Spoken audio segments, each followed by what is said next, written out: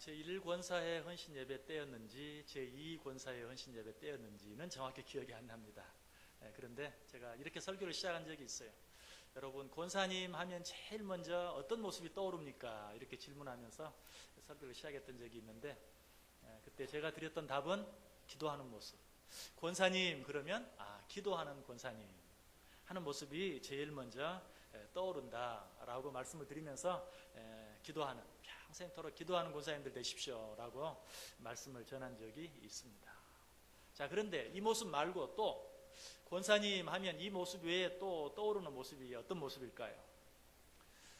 안경을 이렇게 콧등에 걸치고 이렇게 열심히 말씀을 읽는 그런 모습 생각나지 않습니까? 저도 중학교 3학년 때부터 이제 부모를 떨어져서 사실은 저희 외할머니, 권사님하고 아무튼 결혼하기까지 또 결혼하고 나서도 한 8년 동안 모시면서 이렇게 살았어요. 그런데 정말 기억이 나는 모습은 집에서 다른 일 하는 거 없어요. 집에 있으면 성경 보는 거예요.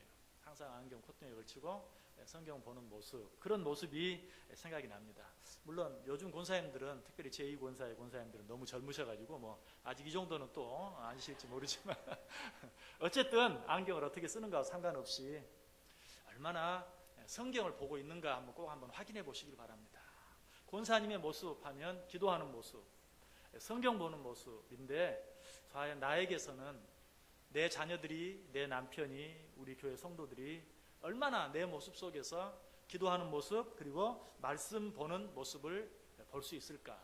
나를 생각하면, 아무개 권사님 하면 기도하는 모습, 말씀 읽는 모습이 정말 떠오를까? 한번 생각해 보시고, 전혀 그럴 것 같지 않다면 회개하시기 바랍니다. 그 모습과 내 모습은 거리가 정말 멀지라고 생각이 든다면 회개하시고, 지금부터라도 그런 모습을 다른 사람이 느끼게 하기 위해서 내가 좀 더 애를 써야 되겠다. 사실 이제 권사님들, 아까도 말씀드렸지만 이 권사님 되는 연령이 많이 낮아져서 이제는 많이 젊어졌어요. 그래도 분명한 것은 어때요? 점점 나이가 들어가고, 나이가 들어가면 들어갈수록 총기가 좀 떨어집니다. 그래서 잘 이해가 안 되고 잘 잊어버리고 하는 이제 그런 때가 되는 거죠. 그런데 한 가지 놀라운 것은, 정말 나이 많이 드신 권사님들을 대하면서 느끼는 게 있는데, 말씀을 똑같이 듣고도 젊은 사람들은 반응이 없는데, 물론 모르겠어요. 잘 이해를 하고도 반응이 없는지 그건 잘 모르겠는데, 젊은 사람들은 잘 이해도 못하고 무슨 말을 들었는지도 잘 기억 못하는데, 나이가 연로하신 권사님이 정말 그 말씀에 은혜를 받고, 단순히 그저 은혜를, 목사님 은혜 받았습니다, 이게 아니에요. 정말 그 말씀의 내용을 다시 이야기하면서 가끔 이렇게 이제 신방을 할 때 그런 걸 느껴요. 지난주에 목사님 주셨던 말씀이요, 얼마나 은혜가 되는지. 사실은 제가 이런 것들을 갖고 기도하고 있었는데 그 문제들이 다 해결되고 정말 답을 얻었다고. 그 연세에 그 말씀을 들으면서 그렇게 정말 깨달을 수 있는 그런 게 아닌데, 어쩌면 젊은 사람들도 무슨 말씀을 들었는지도 잘 기억이 안 나고 이해하기도 쉽지 않은 그런 내용들인데도 너무 잘 이해하고 너무 은혜를 받고 하는 그런 모습을 보면서 깜짝 놀랄 때가 참 많이 있어요. 여러분, 그런 모습을 보면서 우리가 느끼는 것이 무엇입니까? 이것은 단순히 어떤 인간의 지혜나 어떤 총기나 이런 관계가 없어요. 말씀은 우리가 이미 잘 아는 것처럼 말씀 자체의 힘이 있어요. 말씀 자체의 능력이 있어요. 그렇기 때문에 인간적으로는 기억력이 다 떨어져가지고 어쩔 때는 죄송하지만 신방 가서 누구는 잘 있나요? 그런데 자식들 이름도 그냥 막 왔다 갔다 하시고, 그리고 저 어디 사는지도 잘 기억을 못 하시는 건지, 말씀을 잘 못 하시는 거예요. 제가 알기로는 거기 사는데 거기 아니고 다른 데라고. 그래서 나중에 보면 이제 큰 애 작은 애가 막 바뀌어가지고 어디 사는지. 인간적으로는 지혜가 그렇게 떨어지고 총기가 떨어지는데도 말씀과는 관계가 없어요. 왜? 말씀은 살아있기 때문에 그 말씀을 깊이 읽고 그 말씀을 깊이 들으면 내 기억력은 정말 금방 들었던 말 다 잊어버린다 할지라도 살아있는 그 말씀이 내 안에서 역사해서 은혜를 주고 정말 내 안에 있는 문제를 해결하고 내게 정말 성령 충만함을 허락해 주신다는 사실이에요. 히브리서 4장 12절에 말합니다. 하나님의 말씀은 살아있고 활력이 있어 좌우의 날선 어떤 검보다도 예리하여 혼과 영과 및 관절과 골수를 찔러 쪼개기까지 하며 또 마음의 생각과 뜻을 판단하나니. 믿으십니까? 말씀 안에는 정말 힘이 있어요. 능력이 있어요. 생명이 있어요. 좌우의 날선 검과 같이 우리의 관절과 골수를 찔러 쪼개기까지 해요. 그렇기 때문에 내 기억력과도 상관이 없어요. 내 총기와도 상관이 없어요. 금방 읽은 말씀을 다 잊어버린다 할지라도 그 말씀이 내 안에서 살아 역사하는 그런 은혜를 깨닫는 것이. 여러분, 그러므로 우리는 어떻게 합니까? 말씀을 가까이 할 수 있어야 돼요. 뭐 들어도 잊어버리는데요, 읽어도 잊어버리는데요. 아니, 그거 관계없어요. 말씀은 말씀이 나에게 역사하는 거예요. 그러므로 늘 그 말씀을 가까이 할 때 나로서는 도무지 상상할 수 없고 기대할 수 없었던 그런 힘, 그런 능력, 그런 기쁨, 그런 축복을 얻게 된다는 것이. 요한복음 4장에 나타난 왕의 신하가 바로 그러한 모습을 잘 보여주는 자예요. 그에게는 아들이 하나 있었는데 그 아들이 병들어서 다 죽어가고 있었죠. 그러던 차에 소문을 듣습니다. 어떤 소문입니까? 요한복음 4장 46절과 47절에 보면 예수께서 다시 갈릴리 가나에 이르시니 전에 물로 포도주를 만드신 곳이라. 왕의 신하가 있어 그의 아들이 가버나움에서 병들었더니 그가 예수께서 유대로부터 갈릴리로 오셨다는 것을 듣고 가서 청하되 내려오셔서 내 아들의 병을 고쳐주소서 하니 그가 거의 죽게 되었습니다. 이 왕의 신하의 아들이 병들어 죽게 되었어요. 자, 이 일로 인해서 어떤 일이 일어나게 됩니까? 계속해서 말씀 보시면 예수께서 이르시되 가라, 내 아들이 살아있다 하시니 그 사람이 예수께서 하신 말씀을 믿고 가더니 내가는 길에서 그 종들이 오다가 만나서 아이가 살아있다 하거늘.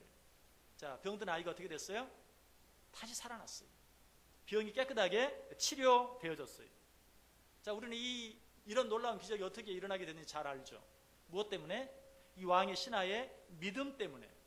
예수님이라면 능히 자기 아들의 병을 고쳐주실 수 있을 것이라는 믿음 때문에 이 아이의 병을 고칠 수 있었어요.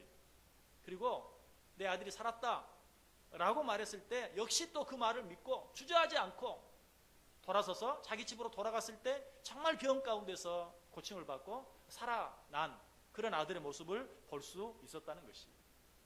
그러나 그 내용은 우리가 너무 잘 알죠. 그 왕의 신하의 믿음. 예수님이라면 너희 고쳐주실 수 있을 것이다. 그리고 예수님이 살아있다라고 말했을 때 예수님이 살아있다고 하면 살아있는 것이다 하고 돌아갈 수 있는 그 믿음. 그 믿음이 자기 아들의 병을 고쳤다. 그런데 우리가 그것만 생각할 것이 아니라 거기서 한 가지 더 생각해야 될 것은 그런 왕의 신하의 믿음이 어디에서 왔는가 하는 것이. 그런 놀라운 믿음이 어디에서 왔는가. 자, 그것은 왕의 신하가 예수님을 찾아오게 된 이유를 보면 알 수 있어요. 이 왕의 신하가 예수님께 왜 찾아왔습니까? 아까 읽었던 말씀처럼 예수님께서 가나의 혼인잔치에서 물로 포도주를 만들었다는 기적의 소문을 들었어요. 또 그 예수님이 유대로부터 갈릴리에 오셨다는 소문을 다시 들은 거예요. 아, 예수님이 가나의 혼인잔치에서 물로 포도주를 만드셨대. 그런데 그 예수님이 다시 우리 동네에 오신대 하는 소식을 그가 들었어요. 그가 예수님 앞에 나올 수 있었던 것은 예수님에 대한 소문을 들었기 때문이에요. 오늘 우리 표현으로 말하면 예수님이 행한 그 말씀에 대해서 들었기 때문이에요. 예수님이 어떤 일을 행하셨는가 하는 것을 들었어요. 그 말씀을 듣고 예수님 앞에 나올 수 있었다는 것이에요. 제가 오늘 본문을 로마 10장 17절을 정한 것이 바로 그것입니다. 그러므로 믿음은 어디에서 난다? 들음에서 나는 것이다. 왜? 앞장을 읽어버리면 뒷장, 앞장 읽고 바로 뒷장 넘어가면 바로 그 앞장을 잊어버리는데도 불구하고 늘 쉬지 않고 말씀을 읽을 수 있는 이유가 어디 있을까요? 그 말씀의 내용은 다 기억이 나지 않는다 할지라도 그 마음이 내게 힘을 주고 그 마음이 내게 기쁨을 주고 그 마음이 내게 능력을 주는 것을 알기 때문에 그래요. 우리가 그 은혜를 정말 알고 체험한다면 말씀을 펼칠 수밖에 없어요. 말씀을 읽을 수밖에 없어요. 믿음은 들음에서 나는 것이에요. 자, 그 들음은 어디에서 나는 것인가? 믿음은 들음에서 나고 들음은 그리스도의 말씀으로 말미암느니라. 믿음은 들음에서 나고 들음은 하나님의 말씀으로 말미암는 것이다 라고 이야기하고 있어요. 말씀을 듣는 순간에, 말씀을 읽는 순간에 우리 안에 나도 생각하지 못했던 믿음이 생기게 되는 거예요. 이 왕의 신하도 마찬가지. 왕의 신하가 처음부터 믿음이 좋았는가? 아니, 요한복음 4장 47절에 보면 그가 예수께서 유대로부터 갈릴리로 오셨다는 것을 듣고 가서 청하되 내려오셔서 내 아들의 병을 고쳐주소서 하니 그가 거의 죽게 되었음이라. 자, 여기 보면 자기 아들의 병을 고쳐달라고 부탁하면서 뭐라고 말하죠? 내려오셔서, 우리 동네로 내려오셔서, 우리 집으로 내려오셔서 우리 아들의 병을 고쳐주옵소서. 이 왕의 신하의 믿음은 어떤 것이었어요? 아무리 예수님이라도 그래도 우리 아들이 있는 그 우리 집으로 오셔야 뭐 손으로 만지든지 뭐 어디가 아픈지 보시든지 안수를 하시든지 어떻게 해서든지 병을 고치시지 않겠는가. 그래서 우리 집으로 내려오셔서 우리 아들의 병을 고쳐주소서라고 이야기했어요. 다시 말하면 이 왕의 신하의 믿음은 장소를 초월할 수 없는, 장소를 초월하지 못하는 그런 믿음이었어요. 우리 집으로 오셔서 우리 아들을 좀 보시고 어떻게 할 수 있는지 좀 보시고 할 수 있으면 우리 아들의 병을 좀 고쳐주옵소서. 장소를 초월하지 못하는, 그것뿐만이 아니죠. 시간도 초월하지 못했어요. 요한복음 4장 49절 보면 이렇게 말합니다. 신하가 이르되 주여 내 아이가 죽기 전에 내려오소서. 무슨 말이죠? 죽어버리면 소용이 없습니다. 내가 예수님 당신에 대한 소문을 듣긴 들었는데 그래도 우리 아들이 죽어버리면 아무 의미가 없습니다. 그러니 죽기 전에 빨리 내려오셔서 내 아들의 병을 내 신하의 병을 고쳐 주옵소서. 여러분, 나사로의 누이들도 마찬가지였죠. 예수님이 나사로가 죽은 다음에 도착했을 때 뭐라고 말해요? 조금 더 빨리 오셨더라면, 아니 우리 나사로가 죽기 전에 여기 계셨더라면 나사로가 죽지 아니했을 텐데, 그때 하필 예수님이 여기 계시지 않아서, 그때까지 여기 오지 않으셔서 내 동생 나사로가 죽고 말았습니다. 그들의 믿음의 한계였죠. 오늘 이 왕의 신하의 믿음도 마찬가지였어요. 거리도 극복하지 못하고 시간도 극복하지 못하는, 내 집으로 오셔서 좀 어떻게 해주시고 우리 아이가 죽기 전에 오셔서 좀 어떻게 해주십시오 라고 말하는 지극히 제한적인 그런 믿음이었다는 것입니다. 자, 그러나 그럼에도 불구하고 그가 그런 놀라운 기적을 체험할 수 있었던 이유는 무엇이에요? 그럼에도 불구하고 그는 하나님의 말씀에 대한 그런 믿음을 가지고 있었어요. 그 증거가 50절에 나와요. 요한복음 4장 50절에 예수께서 이르시되 가라 내 아들이 살아있다 하시니 그 사람이 예수께서 하신 말씀을 믿고 가더니. 거기까지 올라올 때는 믿음이 너무나 부족했어요. 그러나 예수님께서 말씀하시고 난 후에 그 말씀을 믿고 갔다라고 이야기. 그 말씀을 믿고 내려갔을 때 어떤 일이 일어나요? 내려가는 길에서 그 종들이 오다가 만나서 아이가 살아있다 하거늘. 그 믿음이 어디서 왔어요? 아주 적은 믿음이었지만, 겨자씨 같은 믿음이었지만, 그럼에도 불구하고 하나님의 말씀을 붙잡는 믿음, 그 하나님의 말씀을 붙잡는 믿음은 지극히 작은 믿음이라 할지라도 큰 일을 이룰 수 있다는 것이. 그래서 마태복음 17장 20절에 보면 진실로 너희에게 이르노니 만일 너희에게 믿음이 겨자씨 한 알만큼만 있어도 이 산을 명하여 여기서 저기로 옮겨지라 하면 옮겨질 것이요 또 너희가 못할 것이 없으리라. 믿으십니까? 우리 믿음이 너무 부족해요. 오늘 이 왕의 신하처럼, 나사로의 누이들처럼 시간과 공간을 초월하지 못하는 지극히 육신적인 그런 믿음일 때가 많아요. 그럼에도 불구하고 하나님의 말씀을 붙잡고 기도하고 하나님의 말씀을 붙잡고 사는 자들의 믿음은, 그 믿음이 지극히 연약하다 할지라도 큰 일을 이루게 될 것이다. 이 산대로 옮겨지라 하면 옮겨지게 될 것이다. 실제로 미국에서 있었던 일입니다. 그레이트 스모키라는 지역에서 한 교회가 교회를 건축을 했습니다.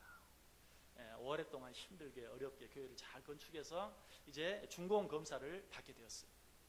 그런데 준공 검사를 하러 온 사람이 와서 보더니 준공 검사를 줄 수 없습니다.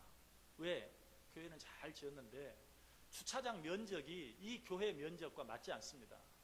준공 검사를 받으려면 주차장을 더 넓혀야 합니다. 지금 주차 공간이 너무 모자라서 준공 검사를 줄 수가 없습니다. 그런데 그 주변에 뭐 돈도 없지만 돈이 있다고 할지라도 사서 주차 공간을 넓힐 만한 그런 자리가 없어요. 뒤에 산이 하나 있어요. 그런데 정말 그 산을 밀어버리지 않고서는 그 공간을 마련할 수가 없는 거예요. 뭐 불가능해요. 그래서 목사님이 교인들에게 말했어요. 우리 다음 주에 준공 예배를 드리겠다고 다 광고까지 해놓았는데 지금 이 준공 검사를 받지 못하게 됐다. 설령 우리가 돈이 있고 땅이 있다 할지라도 그 시간에 그걸 만들기는 불가능한데 돈도 없고 땅도 없다. 어떻게 하면 좋겠냐? 우리 한번 기도하자. 우리 지금 할 수 있는 건 기도밖에 없다. 내일 저녁 7시까지 정말 이 일을 위해서 기도하고, 기도하면 하나님이 해결해 줄 것을 믿는 자들은 함께 모여서 우리 기도합시다. 그 다음날 모였어요. 7시부터 한 3시간 동안 10시까지 힘써서 합심해서 기도했어요. 자, 그렇게 기도하고 다 헤어졌습니다. 그 다음날 아침, 목사님 아침에 출근해서 목사님 사무실, 목양실에 이렇게 앉아있는데 누가 와서 노크를 합니다. 그러면서 문을 열어줬더니 공사장 안전모를 쓴 어떤 건설 현장 직원이 왔어요. 이게 목사님 되십니까? 의논할 일이 있습니다. 그래 뭡니까? 저는 에컴이라는 미국의 큰 건설회사입니다. 에컴이라는 건설회사에 일하고 있는 지금 건설 현장 소장입니다. 그런데 우리가 큰 건축 쇼핑몰을 지금 건축하고 있는데 급히 땅을 좀 도두어야 될 흙이 필요한데 그 흙을 얻을 곳이 없습니다. 여기저기 알아봤더니 이 교회 뒤에 산이 하나 있는데 그 산 흙을 우리에게 파십시오. 그러면 그 산 흙을 팔기만 하면 우리가 뒷정리 깨끗하게 해드리고 포장도 다 해드리고 다 해드리겠습니다. 할렐루야.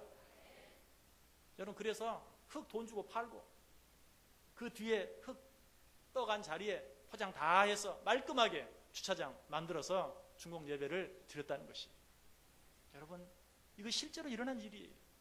이것이 믿음의 현장에서 우리들이 체험할 수 있는 일이에요. 우리들의 믿음이 비록 겨자씨만하다 할지라도 하나님의 말씀에 근거한 그런 믿음은 정말 산을 옮길 수 있는 그런 기적, 그런 능력을 일으킨다. 왜? 말씀은 그 자체가 힘이고 그 자체가 능력이기 때문에 나는 너무 부족하다 할지라도 내가 붙잡고 있는 그 말씀이 내 안에서 우리의 삶 속에서 살아 역사한다는 것입니다. 시편 55편 11절에 이사야 55장 11절에 말합니다. 내 입에서 나가는 말도 이와 같이 헛되이 내게로 되돌아오지 아니하고 나의 기뻐하는 뜻을 이루며 내가 보낸 일에 형통함이니라. 내 입에서 나가는 말씀은 절대로 그냥 허공을 맴돌다고 내게로 돌아오지 않는다. 내 입에서 나간 말씀은 그 자체가 힘이 있어서 정말 너희들이 이룰 수 없는 일들을 이루고 너희들이 할 수 없는 일들을 하게 하고 너희들이 고칠 수 없는 것들을 고치고 너희들이 회복할 수 없는 것들을 회복시키고 내게로 온다. 이것이 말씀의 능력이다라고 이야기하고 있습니다. 그래서 아까 히브리서 4장 12절에 뭐라고 말했어요? 하나님의 말씀은 살아있고 활력이 있어 좌우의 날선 어떤 검보다도 예리하여 혼과 영과 및 관절과 골수를 찔러 쪼개기까지 하며 또 마음의 생각과 뜻을 판단하느니라. 여러분, 말씀을 내가 다 기억하지 못한다고 염려하지 마세요. 말씀은 그 자체가 능력이에요. 여러분, 약을 먹으면 그 약이 내 안에서 어떻게 작용하는지 여러분 다 아십니까? 물론 요즘은 인터넷도 보고 하면 어떤 효과가 있는 거 대충 알긴 알죠. 그러나 의사가 처방해 주는 약, 그 약이 어떻게 역사를 하고 내 안에서 작용을 하는지 다 몰라도 먹으면 그 약이 내 안에서 필요한 일들을 하는 거예요. 그래서 고칠 것들을 고치고 새롭게 할 것들을 새롭게 하는 거예요. 말씀에 그런 능력이 있는 거 믿으시길 바랍니다. 그래서 말씀을 뭐라고 불러요? 신약, 구약. 여러분 안에 들어가면 알아서 역사해요. 알아서 역사해요. 나는 몰라도, 나는 금방 읽고 잊어버렸어도 그 말씀이 내 안에서 역사한다는 것이. 그래서 내 힘으로 할 수 없는 일들을 하고 내 힘으로 해결할 수 없는 문제들을 해결해 된다. 시편 107편 20절에 이렇게 말합니다. 그가 그의 말씀을 보내어 그들을 고치시고 위험한 지경에서 건지시는도다. 무엇을 보내서? 여기서 보면 천사들을 보내서 그렇게도 말하지 아니하고 그의 말씀을 보내어 그들을 고치시고 위험한 지경에서 건지신다. 왜? 말씀의 능력이 있기 때문에, 말씀의 힘이 있기 때문에. 그래서 이 말씀이 임할 때 어때요? 어떤 것으로도 물리칠 수 없는 귀신이 떠나가는 그런 은혜, 그런 역사도 일어나요. 마태복음 8장 16절에 나오죠. 저물매 사람들이 귀신 들린 자를 많이 데리고 예수께 오거늘 예수께서 말씀으로 귀신들을 쫓아내시고 병든 자들을 다 고치셨다. 예수님께서 그의 능력으로 이렇게 말할 수도 있잖아요. 근데 그렇게 하지 않았어요. 예수께서 말씀으로 그 귀신들을 다 쫓아내셨다라고 이야기합니다. 그래서 하나님께서는 말씀 읽기를 힘쓰는 자들, 말씀 듣기를 힘쓰는 자들, 그리고 이런 믿음, 정말 그 믿음이 보잘것없다 할지라도 그저 말씀을 읽고 말씀 듣기를 기뻐하는 믿음, 이런 믿음을 하나님이 기뻐하세요. 마태복음 8장 10절에 보면 예수께서 들으시고 놀랍게 여겨 따르는 자들에게 이르시되 내가 진실로 진실로 너희에게 이르노니 이스라엘 중 아무에게서도 이만한 믿음을 보지 못하였노라. 여러분, 이 말씀 언제 하고 계시는지 아시죠? 백부장, 마태복음 8장 8절에 나오는 백부장이 대답하여 이르되 주여 내 집에 들어오심을 나는 감당하지 못하겠사오니 다만 말씀으로만 하옵소서. 그러면 내 하인이 낫겠사옵나이다. 병든 하인을 데리고 있었던 백부장이 예수님께 왔어요. 이 예수님은 어땠어요? 아까 왕의 신하처럼 하지 않았죠. 뭐라고 말했습니까? 내 신하가, 내 하인이 죽어가고 있습니다. 고쳐주옵소서. 그때 예수님께서 뭐라고 말해요? 내가 가서 고쳐주겠다. 그때 이 백부장은 뭐라고 말해요? 그러실 필요 없습니다. 우리 집까지 오시는 것을 내가 감당할 수 없사오니 그저 말씀만 하옵소서. 그때 예수님께서 그 믿음을, 내가 이만한 믿음을 보지 못하였다. 예수님의 말씀에 힘이 있다는 것, 말씀의 능력이 있다는 것을 믿는 믿음, 그 믿음을 예수님이 칭찬하신 것이. 여러분의 믿음이 나 자신은 비록 상황을 뛰어넘지 못하는, 시간과 공간을 뛰어넘지 못하는 그런 제한적인 믿음이라 할지라도 하나님의 말씀에는 힘이 있고 능력이 있는 것을 믿는 그런 믿음 되시길 원합니다. 그때 예수님께서 칭찬하실 것이, 내가 이만한 믿음을 보지 못하였다 라고 칭찬해 주실 것이. 여러분, 어떤 상황을 믿는 믿음, 그 믿음 아니. 어떤 사람을 믿는 믿음, 그것도 믿음 아니. 진정한 믿음은 하나님의 말씀을 붙잡고 그 말씀을 의지하는 믿음, 그 믿음만이 진정한 믿음이다. 말씀을 붙잡고 씨름할 때 거기에서 역사가 일어나고 기적이 일어난다. 오늘 헌신 예배를 드리는 우리 제2 권사의 우리 모든 권사님들, 정말 하나님의 말씀을 듣는 일에 온 힘을 기울이는, 하나님의 말씀을 읽는 일에 온 힘을 기울이는, 설령 지금까지는 좀 그렇게 하지 못했다 할지라도 내 모습이 말씀을 읽는 자의 모습으로 드러나기 위해서 좀 더 애쓰고 노력하는 권사님들 될 수 있기를 바라요. 그래서 솔로몬은 우리에게 이렇게 말합니다. 전도서 5장 1절에 너는 하나님의 집에 들어갈 때에 내 발을 삼갈지어다. 가까이 하여 말씀을 듣는 것이 우매한 자들이 재물 드리는 것보다 나으니. 가까이 하여 말씀을 듣는 것이 우매한 자들이 재물 드리는 것보다 낫다. 아까 말씀드렸죠? 하나님은 당신의 말씀 듣기를 기뻐하는 자들을 정말 기뻐하시고 정말 즐거워하신다라고 이야기하고 있습니다. 그런 자들은 반드시 어떻게 내가 이런 놀라운 은혜를, 어떻게 내가 이런 기적을, 그렇게 나도 모르게 고백하는, 그렇게 나도 모르게 소리치는 그런 은혜를 반드시 체험할 수밖에 없다. 자, 그런데 가까이 하여 말씀을 듣는다는 것이 구체적으로 어떤 것입니까? 여러 가지 의미가 있는데요. 그 첫 번째는 다른 어떤 것보다도 하나님의 말씀을 듣는 것을 우선시하는 거예요. 오늘 오전에도 말씀드렸는데 우선순위에 대해서 말씀드렸는데 여러 가지 해야 될 일이 많이 있는데 하나님의 말씀 듣는 일을 첫 번째로 생각할 수 있는 것, 그것이 바로 하나님을 가까이 하여 말씀을 듣는 것이. 자, 다시 한번 느헤미야서로 돌아가 보면 느헤미야가 예루살렘 성을 재건한 후에, 이제 우리가 지금 7장 생각하고 있죠. 이제 7장에 보면 예루살렘 성이 재건되고 막 사람들을 세우는 그런 모습이 나와 있죠.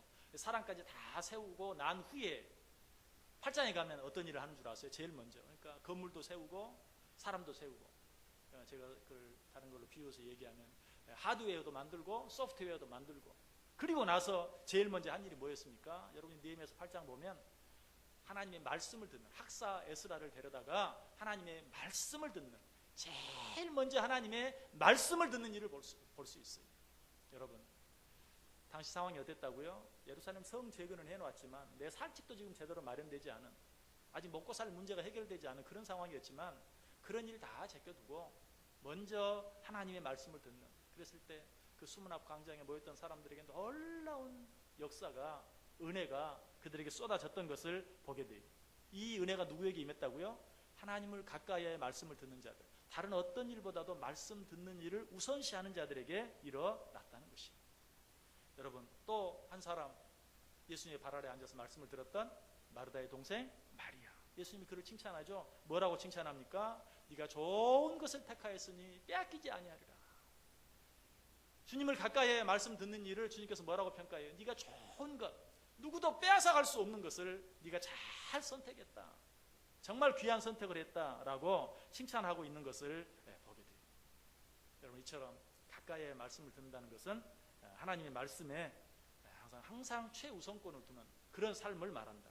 자, 하나님을 가까이 말씀을 듣는다. 또 한 가지 의미가 있다면 무엇일까요?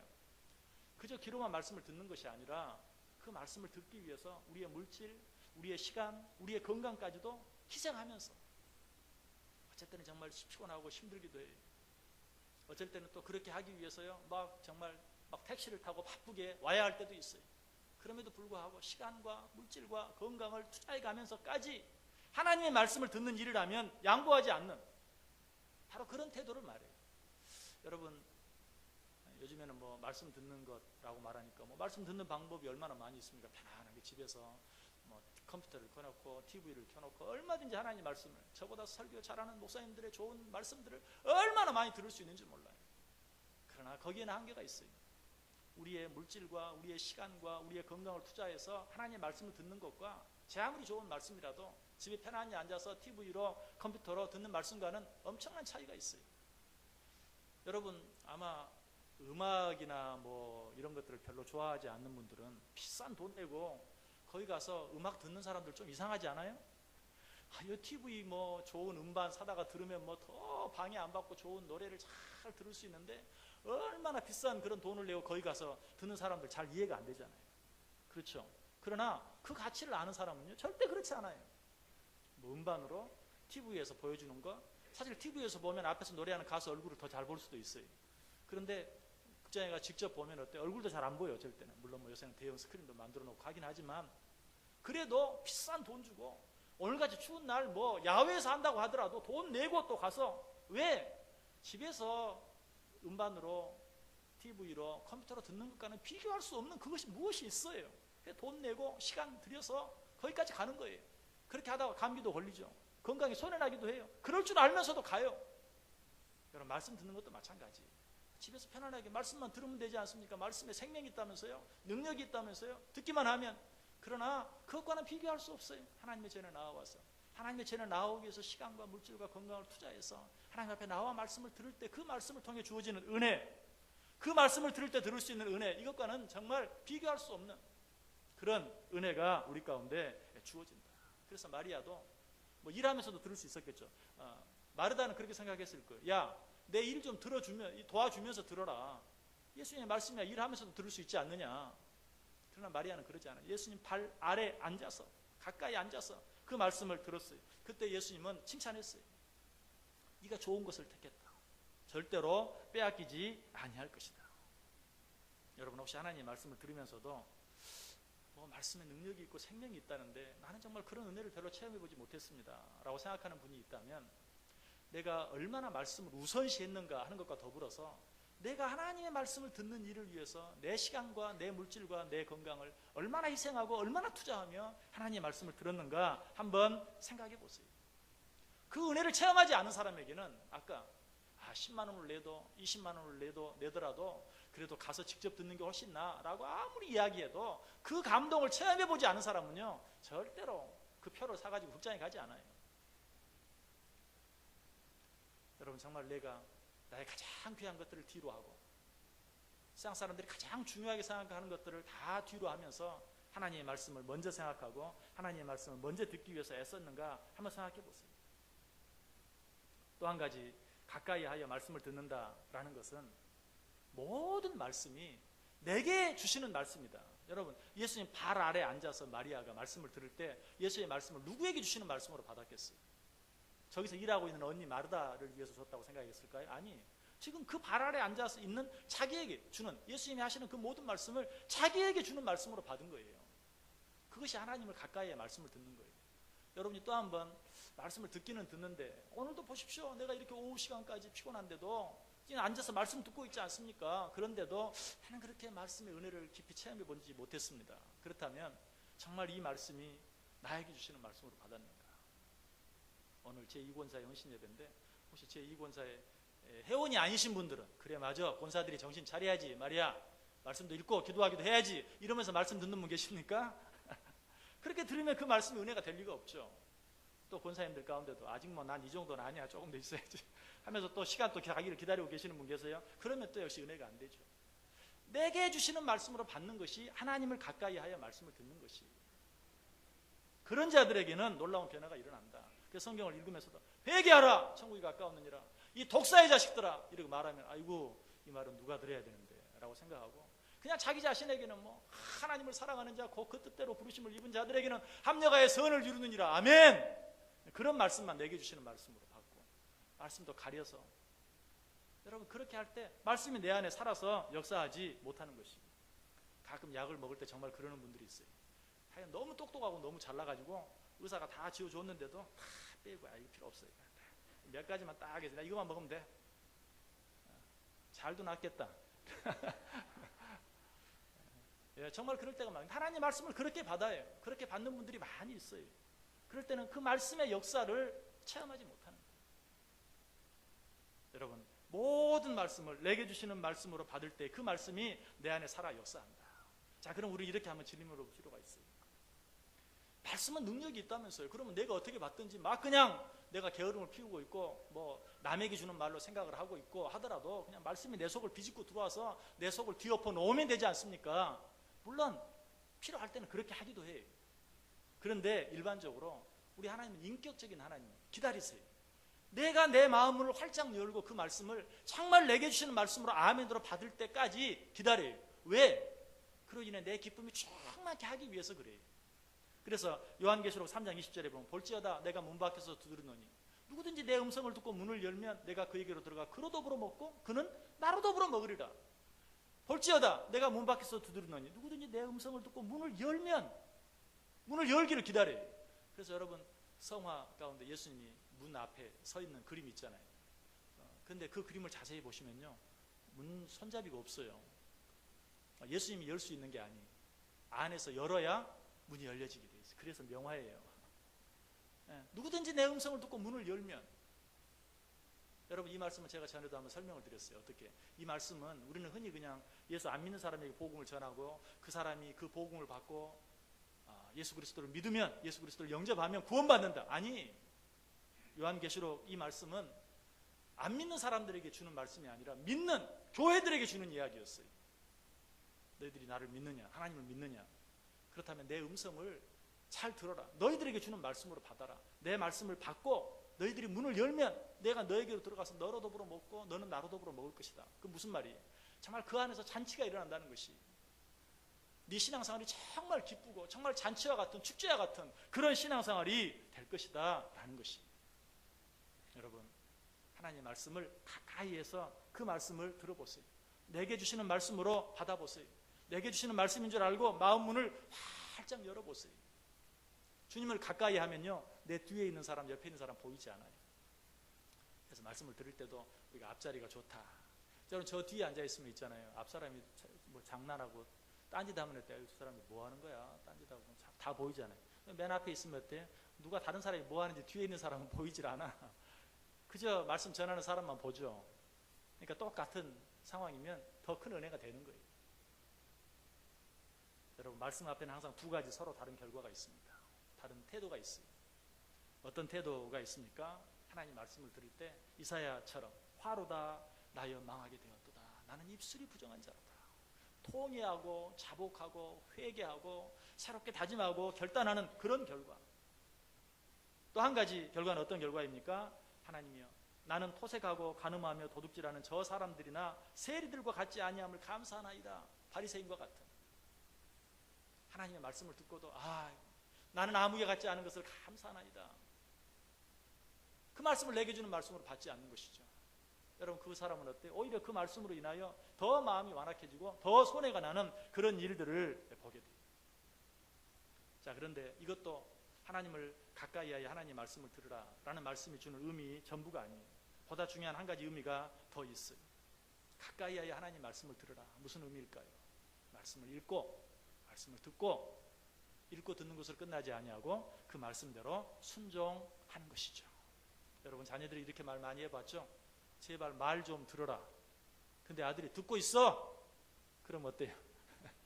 그래 듣고 있구나. 그렇게 생각이 드십니까? 내가 너 제발 말 좀 들어라 이 말이 내가 하는 그 말을 귀로 들으라는 이야기입니까? 말을 듣는다는 것은 그 말대로 행한다는 것이죠. 하나님을 가까이 하여 하나님의 말씀을 들으라 라는 것은 하나님의 말씀을 듣고 행하는 것을 이야기해요. 사무엘상 15장 22절에 말합니다. 사무엘이 이르되 여호와께서 번제와 다른 제사를 그의 목소리를 청종하는 것을 좋아하심같이 좋아하시겠나이까. 순종이 제사보다 낫고 듣는 것이 수양의 기름보다 나으니. 말씀을 듣고 순종할 때 역사가 일어나요. 아까 왕의 신하가 어땠어요? 네 아들이 살아있다. 그 말씀을 듣고 집으로 내려갔을 때 내려가는 중에 아들이 살아있다는 말을 소식을 듣게 되는 것을 보게 돼요. 그래서 사무엘상 15장 23절에 계속 말하죠. 이는 거여가는 것은 점치는 죄와 같고 완고한 것은 사신 우상에게 절하는 죄와 같다.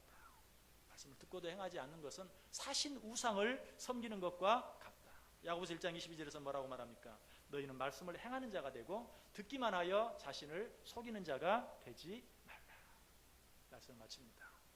제2권사의 권사님들, 정말 우리 권사님들을 생각할 때마다 말씀 읽는 권사님, 기도하는 권사님의 모습으로 모든 사람들이 느낄 수 있도록, 그런 이미지가 떠오를 수 있도록 더 말씀 듣는 일에 창념할 수 있기를 바랍니다. 하나님을 가까이 하여 말씀 듣기를 힘쓰시길 바랍니다. 그리고 그 말씀대로 살기 위해서 애써 보시길 바랍니다. 그 말씀이 살아있는 것을, 그 말씀 자체가 축복인 것을 여러분들이 느끼게 되고, 여러분들로 말미암아 우리 교회 전체가 느끼게 되고, 또 그런 은혜와 축복을 받아 누리게 될 줄 믿습니다. 기도하겠습니다. 사랑이 많으신 하나님, 감사합니다. 우리 제2권사의 헌신 예배를 드립니다.